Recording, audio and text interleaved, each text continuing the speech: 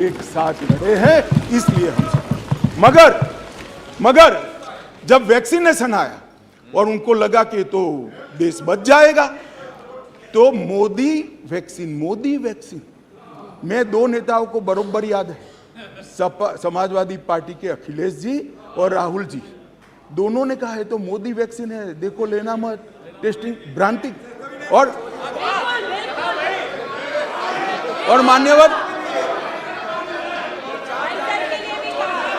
अब बैठ जाए मान्यवर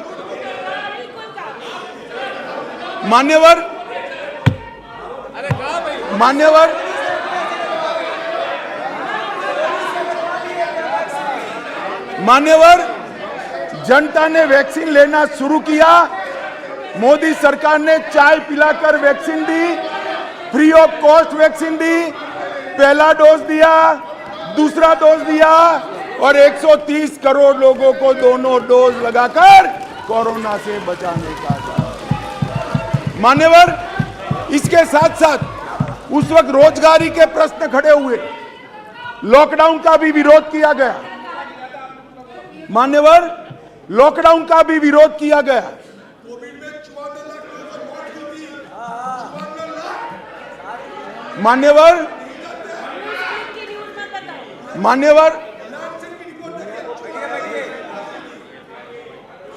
मान्यवर सबने कहा कि लॉकडाउन लगाओगे तो गरीब क्या खाए। हमारे सामने दो रास्ते थे, लॉकडाउन न लगाना और पूरे देश की जनता कोरोना में फंस जाए, लाखों करोड़ों लोगों की मृत्यु हो। लॉकडाउन भी लगाया, उसको भूखा भी नहीं रखा। मान्यवर, 80 करोड़ लोगों को प्रति व्यक्ति प्रति माह 5 किलो अनाज ये लॉकडाउन के समय में हमने गरीब के घर में पहुंचाया और उसका चूल्हा चला करा। और वो आज भी चल रहा है, आज भी चल रहा है। भाई, अविश्वास प्रधानमंत्री में और मंत्रिमंडल में अविश्वास आपको हो सकता है, देश के गरीब को, देश की जनता को नहीं है, क्योंकि उज्ज्वला योजना मोदी जी लाए, हर घर नल मोदी जी ने पहुंचाया, बिजली मोदी जी ने पहुंचाई, पीएम किसान 2.5 लाख करोड़ मोदी जी ने पहुंचाए, 3 करोड़ लोगों को घर दिया, 60 करोड़ लोगों को 5 लाख का स्वास्थ्य का खर्चा दिया, बैंक खाते 49 करोड़ से ज्यादा खुलवाए, डायरेक्ट बेनिफिट ट्रांसफर में 25 लाख करोड़ रुपया भेजा, 80 करोड़ गरीबों को वैक्सीन लगाकर अनाज दिया। अविश्वास आपको है, देश की जनता को अविश्वास नहीं है, वो मोदी जी के साथ है। मान्यवर,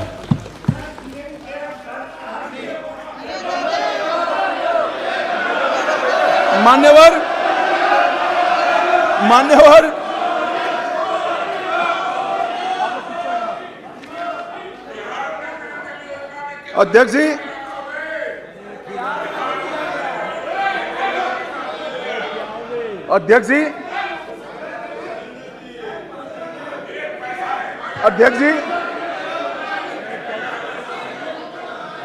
अध्यक्ष जी, इस सदन में एक ऐसे नेता है, अरे यार सुनो ना, इस सदन में एक ऐसे नेता है जिनको आज तक 13 बार राजनीति में लॉन्च किया गया है और 13 ही बार फेल गए। उनका एक लॉन्चिंग मैंने देखा है, उनका एक लॉन्चिंग यहां सदन में हुआ था।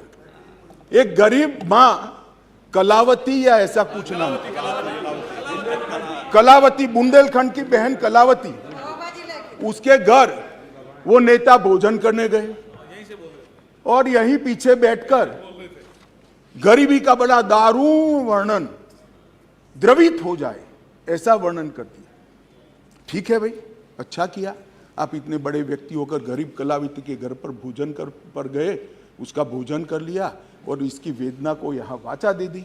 मगर बाद में इनकी सरकार 6 साल चली। मैं पूछना चाहता हूं, वो कलावती का क्या करा? वो कलावती को घर, बिजली, गैस, शौचालय, अनाज स्वार्थ, ये सब देने का काम नरेंद्र मोदी ने किया।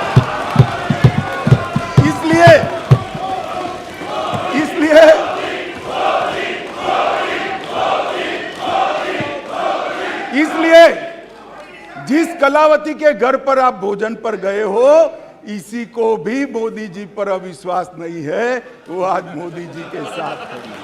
मान्यवर, राष्ट्रीय पिछड़ा वर्ग आयोग बनाया, पिछड़ा वर्ग को संवैधानिक मान्यता दी, आर्थिक रूप से कमजोर लोगों को 10% का रिजर्वेशन इतने सालों के बाद पहली बार मिला, और दो बार राष्ट्रपति बनाने का उम्मीदवार चयनित करने का हमें मौका मिला।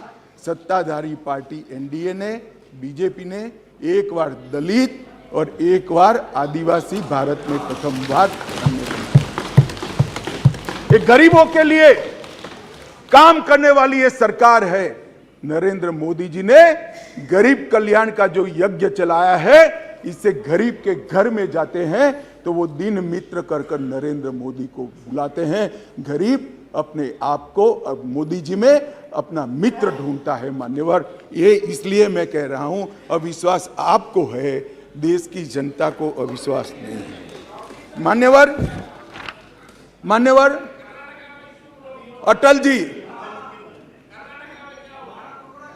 अटल जी इस देश को 11वीं अर्थव्यवस्था छोड़कर गए। अब अटल जी तो जन नेता थे, ज्यादातर सांसदों की तरह कार्यकर्ता के नाते काम करते करते, आइडियोलॉजी का प्रचार करते करते देश के प्रधानमंत्री बने। 6 साल तक चलाया, 6 साल में 15वें नंबर से 11वें नंबर पर लाए, फिर एक अर्थशास्त्री प्रधानमंत्री बने, यूपीए की सरकार आई।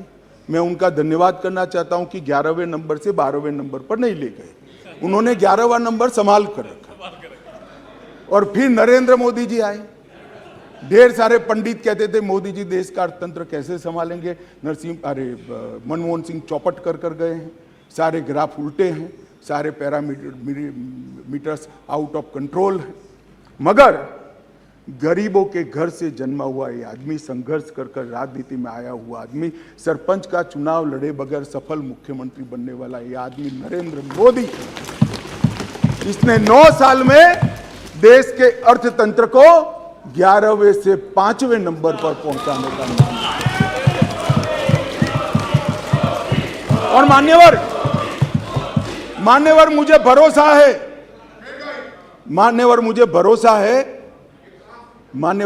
भरोसा है, मेरे ज्यादातर साथी चुनकर भी आएंगे, वो भी देखेंगे, फिर से एक बार मोदी जी प्रधानमंत्री बनेंगे और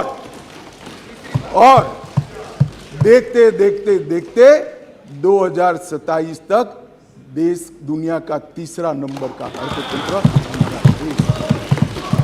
मान्यवर, पर मैं नहीं कहता, IMF भी कहता है, सारे सर्वेक्षण वाले विश्व भर के कहते हैं कि डार्क जोन में ब्राइट स्पॉट अगर कोई है, ब्राउन स्पॉट कोई है, तो भारत का अर्थतंत्र है ना। अभी नहीं कह सकते, बैठ जाओ, नियम आपको मालूम होना चाहिए, नियम पढ़ लीजिए, अभी नहीं कर सकते। अरे भाई, आपकी पार्टी ने आपका नंबर ही बोलने में नहीं लिखा है, क्या खड़े हो कर बोलते हो? आप लीडर ऑपोजिशन हो ना, आप चर्चा शुरू करते हो ना, बोलने देते हैं आपको। अब मेरे भाषण में क्यों बोल रहे हो आप? आपको बोलने नहीं देते आपके पार्टी वाले, बैठ जाओ। मान्यवर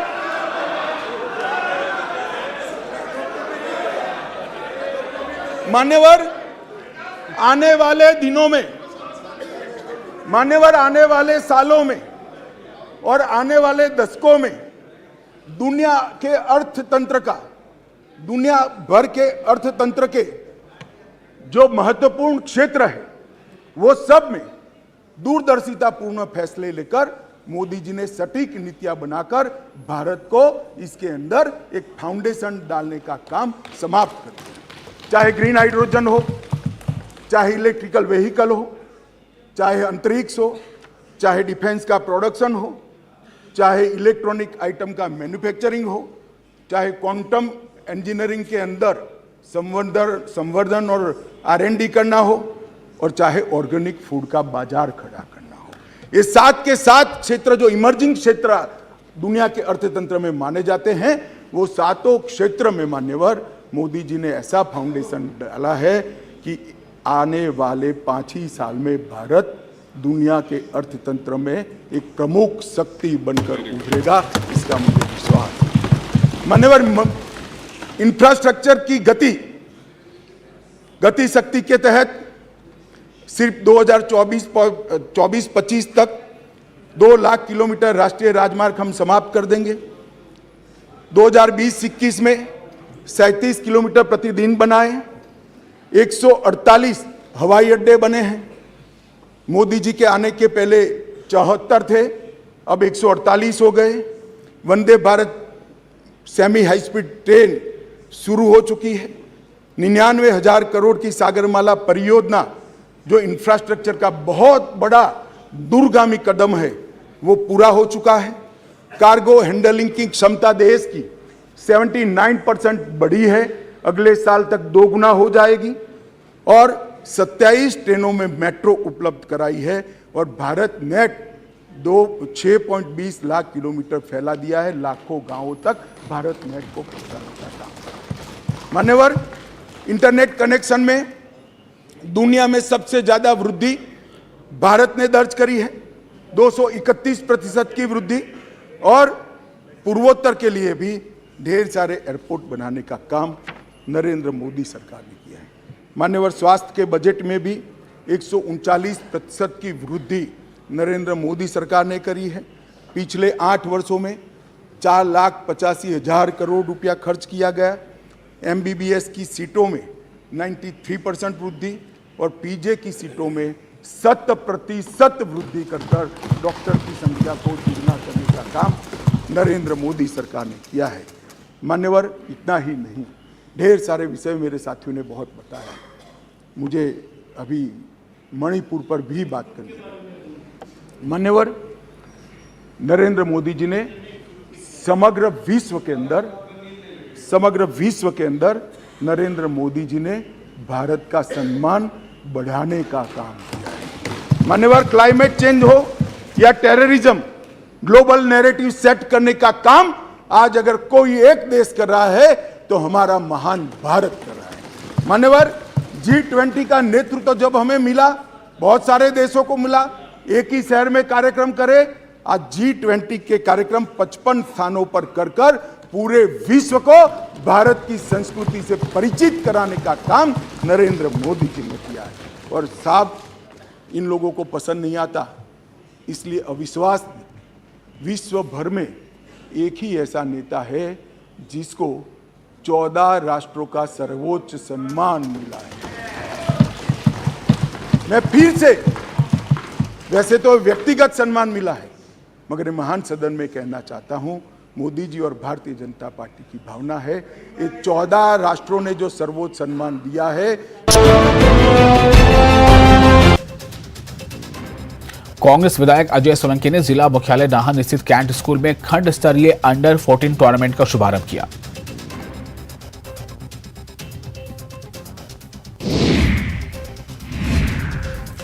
हिमाचल में अभी बारिश का दौर जारी रहेगा। मौसम विज्ञान केंद्र के अनुसार 14 अगस्त तक बारिश हो सकती है। हालांकि इस दौरान बारिश को लेकर किसी तरह अलर्ट जारी नहीं हुआ है।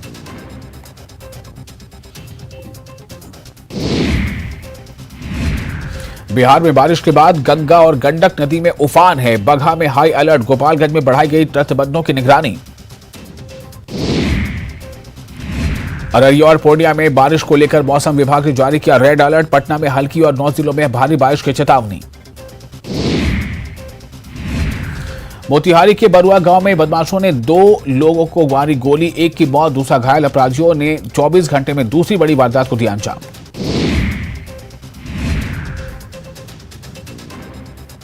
गोपालगंज में गाड़ी के तहखाने से भारी मात्रा में गांजा बरामद। सीट के नीचे और गद्दी के अंदर गांजा देख दंग रह गए पुलिस वाले।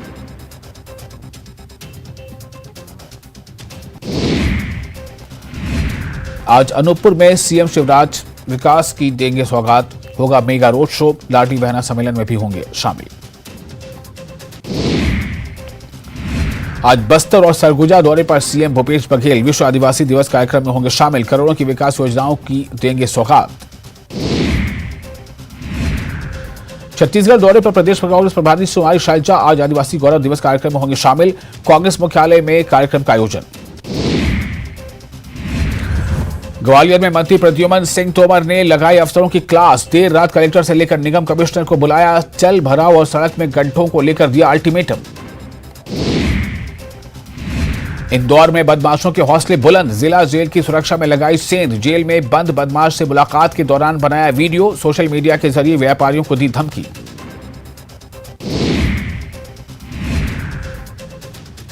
हिमाचल प्रदेश के स्कूलों में 475 डीपीई के पद रिक्त हैं। डीपीई के पद स्कूलों में रिक्त होने के चलते स्कूली छात्र खेलों से नहीं जुड़ पा रहे हैं।